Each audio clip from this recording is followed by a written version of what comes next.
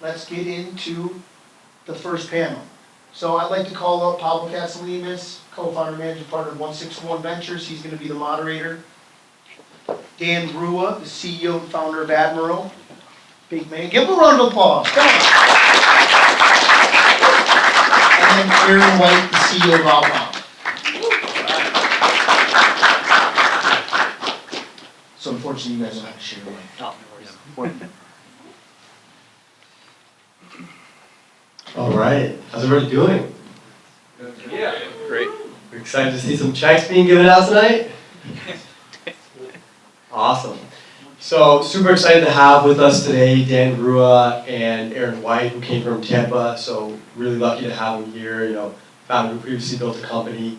As Justis mentioned, we've had the founders here working the whole semester to build their startups, and we love putting these types of events together. So why don't we kick it off with having you guys give a quick background on the companies that you're currently building, as well as what you did in your past life. Hey guys, Aaron White here, co-founder of Outbound.com. I'll kind of give like a quick background real quick. I first started a company in Tampa in 2017 called Script. It was a workflow automation platform for school districts K through 12. So think DocuSign meets Zapier meets Google Forms all together. We helped schools basically go paperless and become efficient. We scaled that up for a couple of years.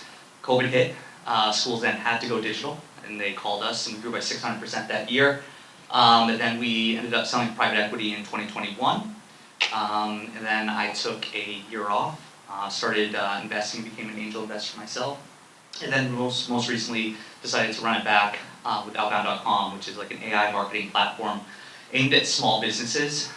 So we basically scan their website, off the fly generate their customer profiles, demographic data, services, sub-services, location, brand, and then create their ads and campaigns, then launch it on any platform that they want, all within a few minutes. So that's what we're doing now. Super. I am Dan Rua, CEO of Admiral. My story, in some sense, starts in the chairs here, except that these chairs didn't exist. This building didn't exist. So I was a UF undergrad, computer engineering. We really didn't have the ecosystem that you guys are building. You've done a phenomenal job. I was kind of an Apple II kid. Like when the Apples came out, I was programming at home, and so I just had designs on computers. I love the startup story, but interviewed with IBM like a semester early and got an offer, and I'm like, all right, well, I'm gonna go learn from a blue chip for a while, and then I'll go start my startup journey. So I went up to Research Triangle, North Carolina, worked on like early internet protocol stuff at the dawn of kind of the commercial internet, and got exposed to this startup ecosystem in Research Triangle, which is a great ecosystem as well. That got me exposed to UNC Chapel Hill. They have a great grad program focused on entrepreneurship and venture capital, so did an MBA JD at Carolina. Coming out of there, got connected with venture capital firms. And so there's this Silicon Valley firm called Draper Fisher Jurvetson. This guy, Tim Draper, phenomenal VC, and he wanted to launch an East Coast Draper fund, asked if I'd help in that. So I joined, we launched Draper on the East Coast. Ultimately, over a period of time, launched 3 funds, did about 40 companies overall. That last fund was focused down here. So I moved down to Gainesville to do that fund. The last company I did was a company called Groove Shark, which was also a UF spin-out, a student-driven company. It was really the pioneer of music streaming before Spotify and everything else. And when that wrapped up, we sold that to the music labels. I grabbed the product team and spun them out to tackle a problem that we noticed as a website out there that's kind of changing the way the internet is making money.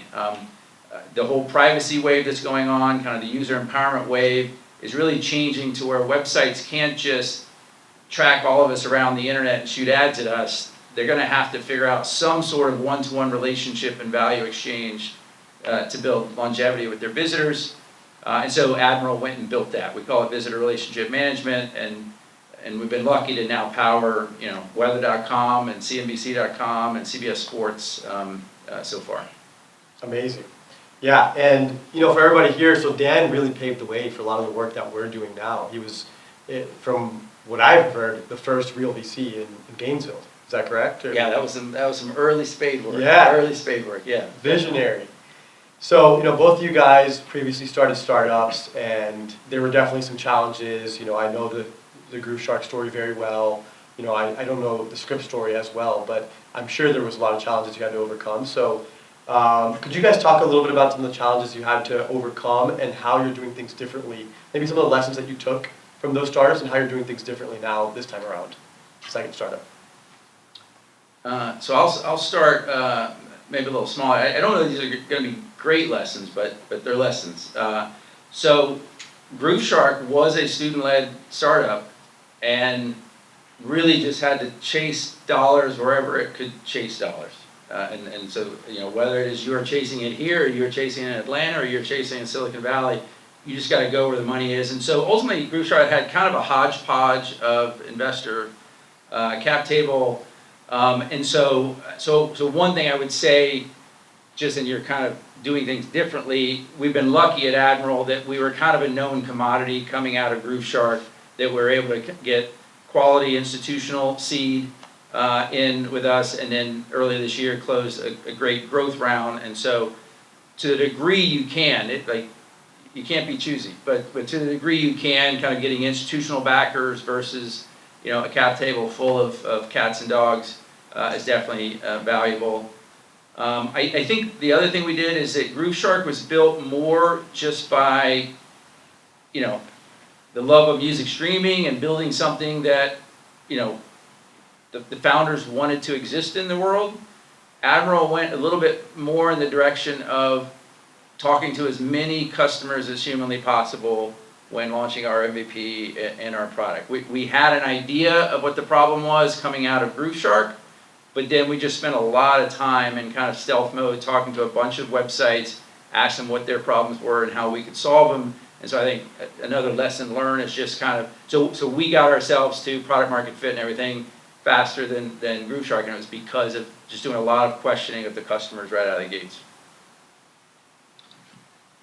Yeah, I'm trying to think of, you said obstacles, and then what we're learning from that? Yeah, lessons that you learn and how you're doing things differently this time around. Yeah, I want to there's a ton of obstacles and lessons that I learned. I want to name some that are pretty tangible for people just starting out here as well. And so I think for me, one of the things that I ran into, which I didn't even know, was just understanding the life cycle of a CEO, starting from no employees all the way. When I sold my company, at the very end when we got acquired, we were at 550 employees, right? And so understanding what that means. And so for me, all I did was I watched movies, I watched movie jobs, and I was modeling that and trying to understand what that means to be a CEO for an early stage company.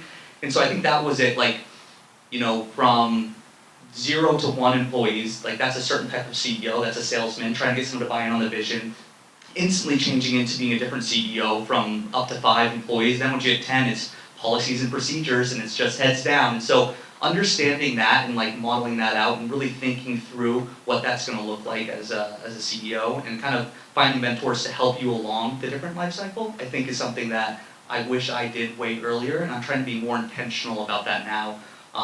Getting people on the cap table that have different stage backgrounds, whether it's private equity or VC or different things, and I think that's something that I'm doing now. Absolutely. And a key part of starting a startup and scaling it is raising capital, for better or for worse. A lot of founders hate it. It's a very difficult process. And I think in your case, you came from a venture capital background, so maybe it was not as painful for you because of your experience and network. But could you guys talk about, when did you guys raise that first round? I know your scenario is a little bit unique because you invested into the company and then joined them. But for Aaron, when did you raise your first round of funding? What did that look like? How did you get in touch with those investors? Yeah, so I just started building as much as I possibly could till I ran out of my own money. I ended up selling a bunch of my camera gear to fund as much as I possibly could. It got to the point that you're right, that I needed some capital. And so in Tampa, and especially in 2016, 2017, was really early, different than it is now. We have several VCs, companies out there now, and several active angels. And so, I was hitting up lawyers, I was hitting up everybody, and I was like, this is a convertible note, and it'll convert, and this is what it will do, and I barely knew what I was saying, right?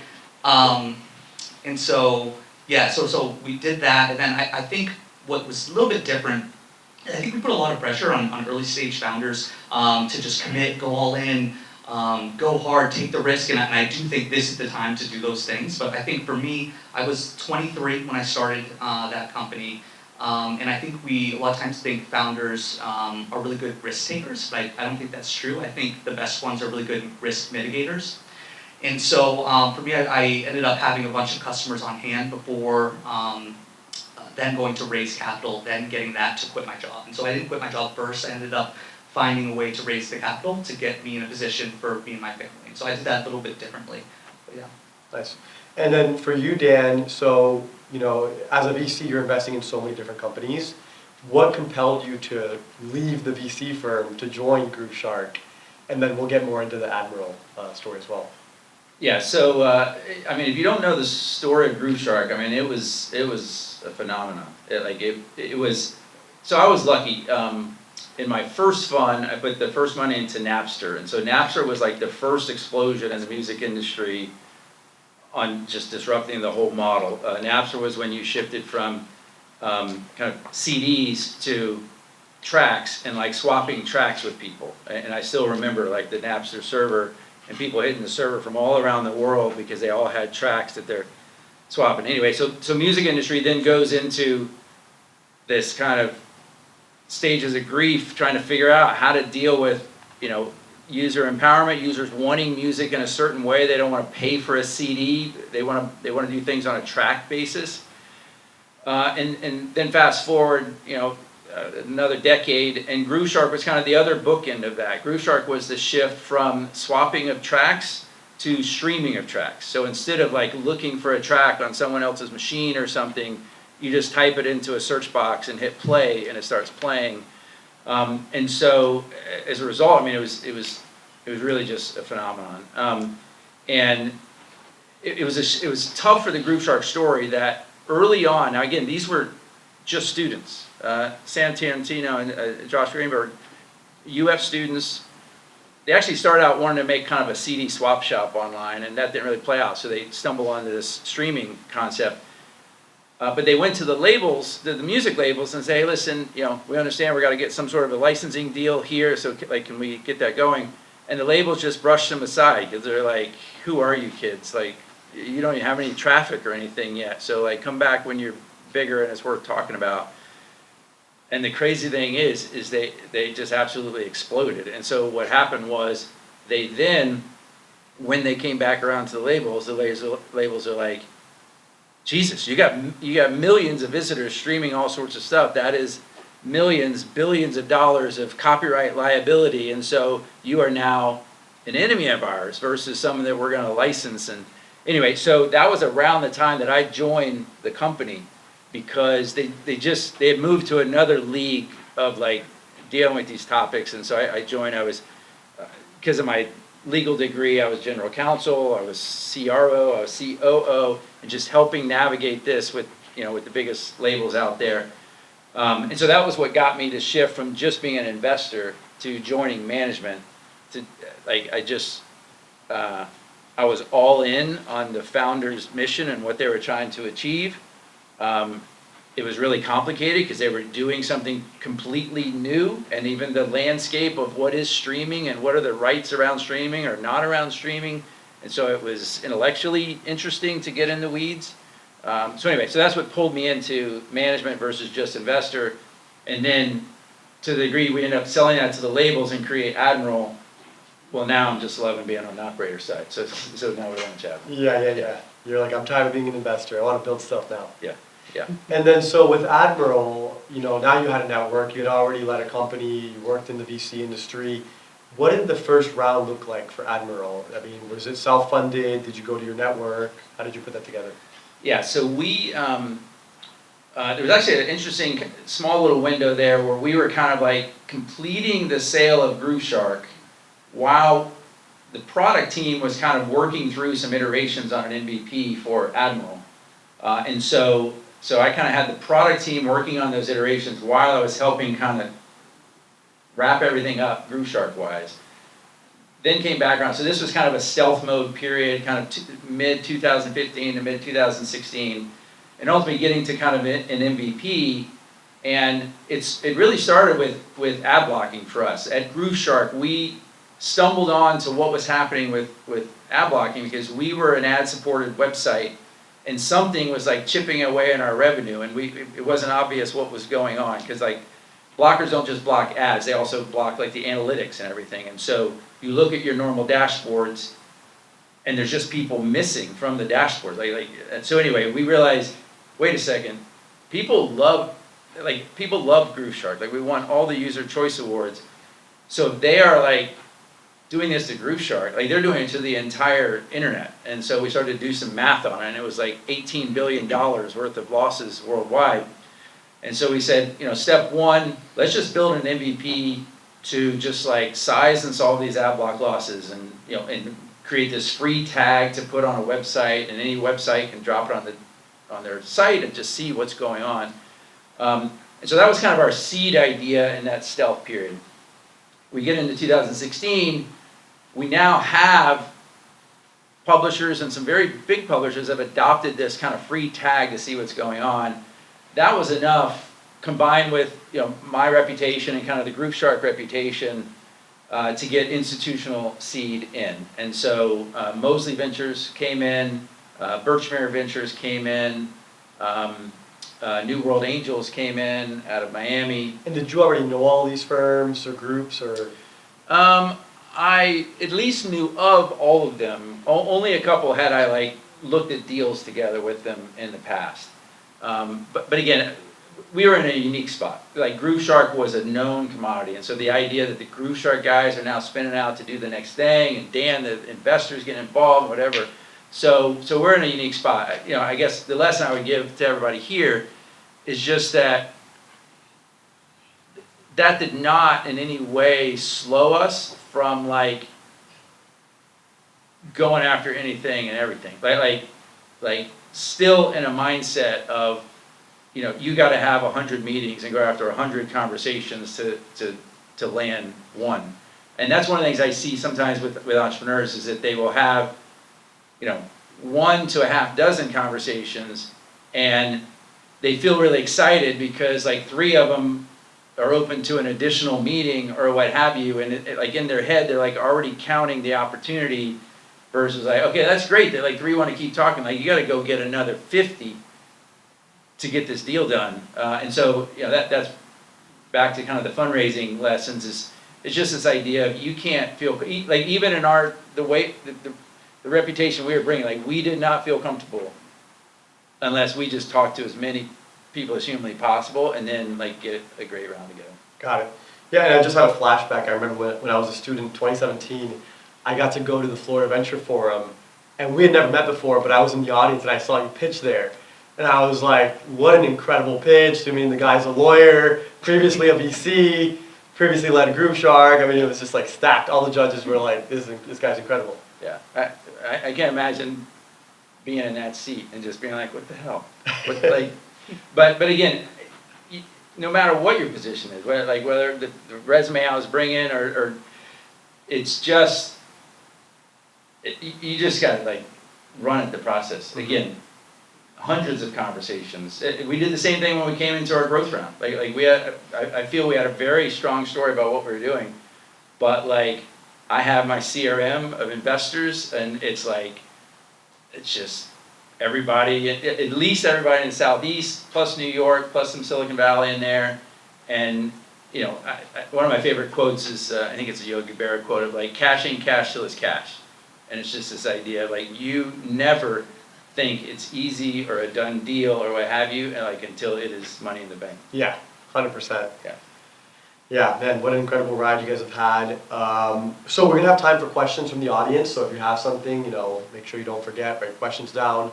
Going back to Aaron, so how did your role as a CEO evolve? And you can talk about both, Script and Outbound, as the company continued to scale and grow. Yeah, so I would say the first company was, I was just super focused on sales for the first couple years. That's kind of all I focused on. But then it kind of switched to product, to marketing, Because I had to sit in the roles before I then hired for those roles, so I kind of like really understood what we needed for hiring. And so I was doing everything, and so comparatively to now, it is wildly different. I will say that. I'm being very intentional in that. Like, I just do two things, and I do them really, really well, and we have people set in place to do the other things. So, for instance, I was running the books at the first company. I was running QuickBooks and like cashing checks and stuff like that. And looking back, I'm like, why was I doing that? I'm not qualified. I'm still on academic probation for my college, right? I absolutely should not do that. And so I think it's like being really intentional and like leaning into what I'm really good at now. So now we have a great fractional CFO, we have a great marketing team around me, and that's how it's kind of, I think, changed. It's like getting out of the things I shouldn't be involved in to focus on what I'm really good at, and then putting the right people in place. What are the two things you mentioned, like, that you're only focused on these two things now? Yeah, so maybe it's gonna sound maybe weird. It's not like a traditional like marketing or sales, but like I focus on people. I think a CEO's job is to really, this is my advice I'd give to anybody that's like just starting a company, is like deeply understand people, and not only talking from like a product market fit. You have to understand people from like developing a great product so people like it, but it's also like your job is to gather resources, whether that's from investors or whether that's getting people to join the team. How do I get them to do their best work? How do I empower this person is different than I would empower you to do your work? And so I think understanding people and understanding their motivations, it allows you to then position them for success. And so I think that is one of my superpowers, is like really understanding people. Got it. Yeah, and then, so for you, Dan, now that Admiral's at a growth stage, how has your role changed?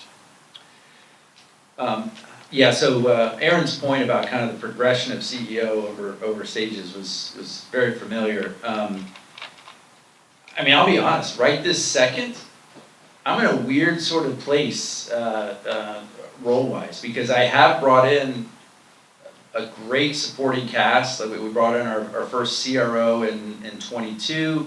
We had gotten to product market fit, and so we said, okay, let's bring in the CRO to really make it a machine to set us up for that growth round, because the private equity guys, they want to put money in a machine that, you know, you put money in the top, money comes out the bottom. They want it to feel like a machine. Is that the guy from Shadow Health, by the way? Yeah, Rob Cate. Okay, yeah. He's great. Yeah, we had David Messiah speak for the class like 2 weeks ago. Perfect. Yeah. Rob is phenomenal. So I came very close to investing in Shadow.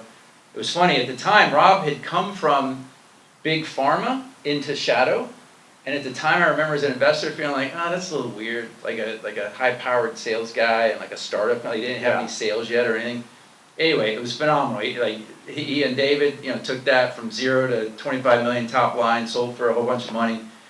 And so I called up Rob and I said, hey, Rob, listen, it's never as much fun at the acquirer as it was at the acquiree. And so now you're at the big company acquirer. That can't be fun. Come over here, let's go do it again. Just bring the same playbooks and bring your people. And so in 22, he joined us. But it's a good example where, and then I've been able to build out the rest of the team as well, that it does actually take a ton of things off my plate, which, going back to Aaron's point, I then need to figure out what is my role in this company now that I've got great people in each of the key seats, and that's where it comes back to people and culture and vision. Whereas I was so used to, in the early days, selling every deal possible, doing strategic partnerships, just in the trenches. But I actually can't be in the trenches anymore. It's a little bit sad, but I gotta find, what is my next role. Got it. All right. Cool. Last question, and then we're gonna take some audience questions. What do you guys believe is the most important characteristic trait of an entrepreneur or a successful founder? Yeah, so for me, it is just never say die attitude. It is just no matter what, because you're going to get so many no's, you're going to get so many people skeptical about what you're doing, you're going to get friends and family that are like, dude, why don't you just go work for Harris? Or it is just the idea that you see something other people do not see, and you're not going to stop until it happens. That's the biggest thing. In my investing, that was also the thing in my Q&A with potential investments and stuff like that, was really just kind of picking that apart, kind of asking, why did you leave the job you're doing to do this? What would you do if you didn't do this? And you'll suss out the people that are just like, listen, I wake up every single day wanting to change the world in this way, and it's just like, it starts to define the entrepreneur. And I mean, in some regards, maybe that's not healthy, I don't know, but as it relates to being a successful entrepreneur, like, that is a defining characteristic. Yeah, 100% I agree. I think figuring out how to stay alive, like, is a skill.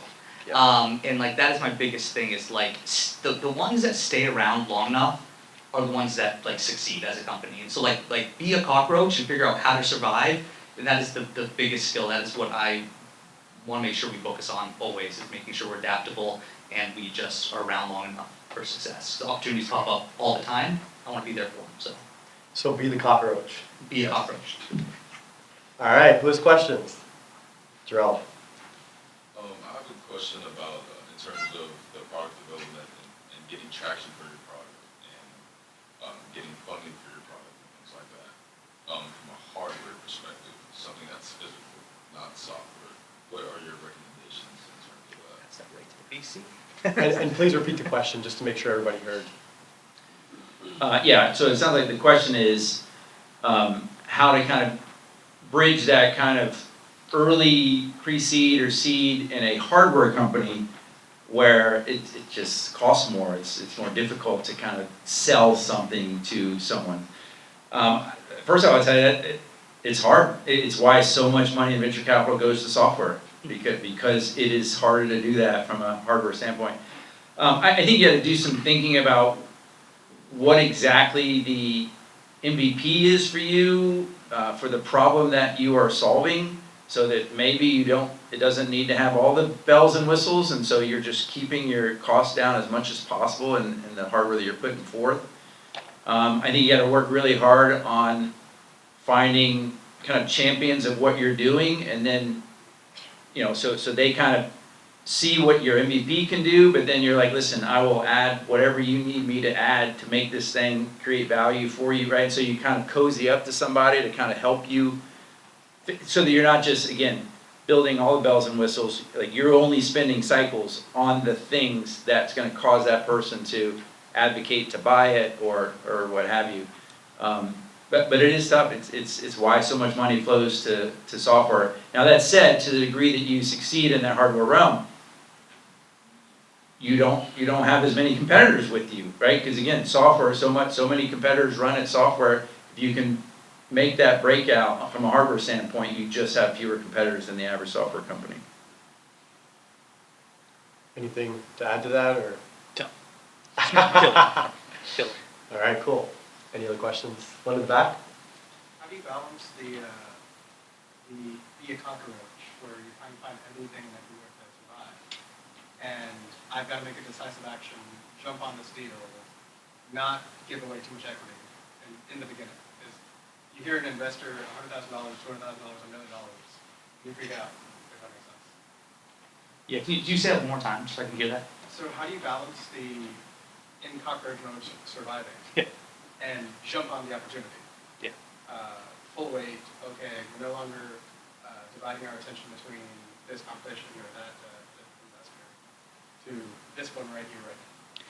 Yeah, so I think like be a cockroach, but don't take any deal possible, right? Like I think you should need to have like firm beliefs but loosely held. Like be open to change and be open to go into different areas to survive. But if it's not a survival conversation, I think you do have to stick to your guts and your I'm gonna think on that. I think the new phrase is be a camel, right? Give you that. I think so. I do think it is being cognizant and intentional about if you are building a product, right? There are service businesses that just provide services to people, and therefore, if they want you to do this one thing, okay, you'll do this one thing, and if somebody else wants you to do something a little slightly different, you'll do this thing a little slightly different, and that ultimately ends up being a service business. But if you're trying to build a product business, you just gotta kind of keep that in mind, and therefore, when you're considering various options that are being put in front of you, you take the ones that align with where you're trying to take the product versus ones that end up being tangential and, are gonna pull you sideways. So it's just, I think being intentional about it, I would say that product companies are easier to get funded than service companies are. The scaling opportunity with product companies is typically better than it is with service companies, and that's why at least professional money kind of goes towards product companies, which, again, you just have to be intentional about it. Now that said, again, if you have so many opportunities you're getting to pick between them, okay, well, that's great. Like the cockroach thing doesn't matter as much because you got a bunch of opportunities. If you only got one opportunity to stay alive, well, then you got to do that opportunity, and even if it's tangential, and figure out how you're going to find your way back over to being a product. I believe there's an example of like NVIDIA in the early days. I heard that there was a design flaw in their chip, but they had already placed a massive order, and if they weren't able to sell those chips, the company would have gone under. You guys should totally look into that story, because they pretty much bet the whole company on that, and obviously did pretty well. So, we'll take one more, and then we're moving on to the next panel. Sabrina. Yeah. Thank you guys for doing this. And I was wondering if you have any pointers on actually allocating capital once you secure it, and how to make sure that your cash burn isn't going too fast, and that you're optimizing it as best as possible. Repeat question. Yeah, so it sounded like the question was just so you have secured some cash. How do you prioritize it? How do you use it?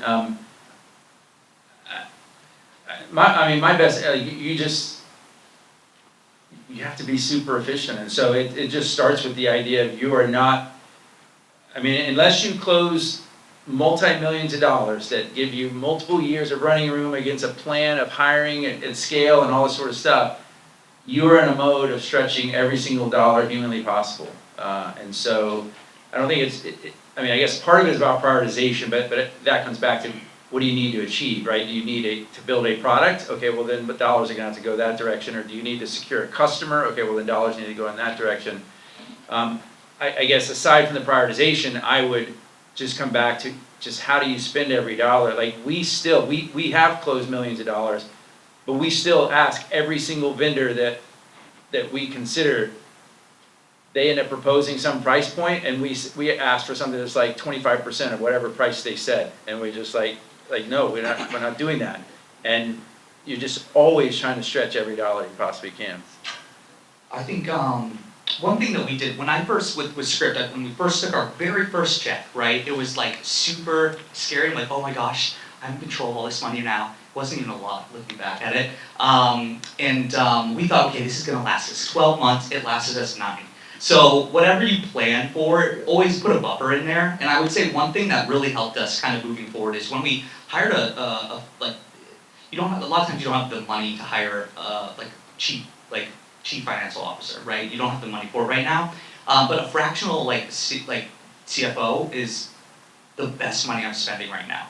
So I can tell them like, hey, here's our goal, here's what we're doing, here's our hiring plan, here's what sales looks like as it ramps up, here's how services play into that. And then building that model out, and being able to tell you what you can and can't do, and what you can then switch around for marketing budgets, that has been the best thing. So I'll have a weekly meeting with her, and then have a end of month close, and so I'm paying like $3,000 to $4,000 a month, which is a lot, but it's not a CFO. She's took a company public before, and so I think that would be my suggestion, is like leverage fractional services at an early stage to get the best bang for your buck. Perfect. Let's give it up for Aaron and Dan.